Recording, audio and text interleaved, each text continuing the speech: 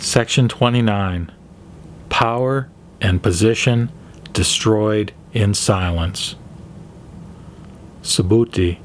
If someone says that the Tathagata comes, goes, sits, or lies down, then this person does not understand the meaning of my teachings. Why? The Tathagata is one who neither comes nor goes anywhere, and for this reason is called the Tathagata. Section 30. The principle of the unity of appearances. Subhuti.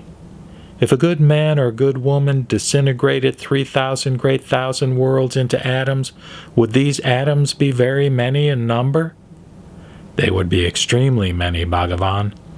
Why? If this multitude of atoms truly existed, then the Buddha would not speak of a multitude of atoms. Yet the Buddha does speak of a multitude of atoms, and therefore the multitude of atoms spoken of by the Buddha is not a multitude of atoms, and is thus called a multitude of atoms. Bhagavan, the 3,000 great thousand worlds that the Tathagata speaks of are not worlds, and are thus called worlds. Why? The existence of these worlds is like one unified appearance.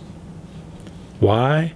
The unified appearance that the Tathagata speaks of is not a unified appearance, and is thus called the unified appearance. Subhuti. One who is of the unified characteristic is unable to speak it, and yet ordinary people greedily wish to acquire it. Section 31. Unborn knowing and perceiving. Subhuti. Suppose a person says, quote, "The Buddha teaches views of a self, a person, a being, and a life." Subhuti. What do you think? Does this person understand the meaning of my teachings? No, Bhagavan. This person does not understand the meaning of the Tathagata's teachings. Why? The views of a self, a person, a being, and a life that the Bhagavan speaks of are not views of a self, a person, a being, or a life, and are thus called the views of a self, a person, a being, and a life. Subhuti.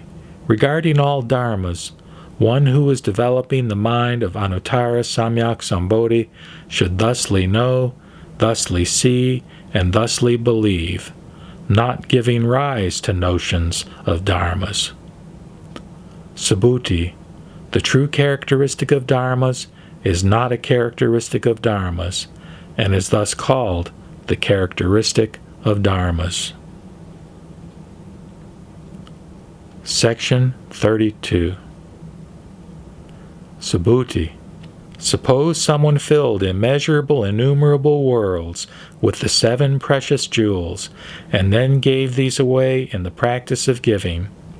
If a good man or woman develops the mind of a bodhisattva and maintains this sutra even with as little as a 4-line verse, and accepts, maintains, studies, recites, and explains it to others, then the merits of this surpass the others.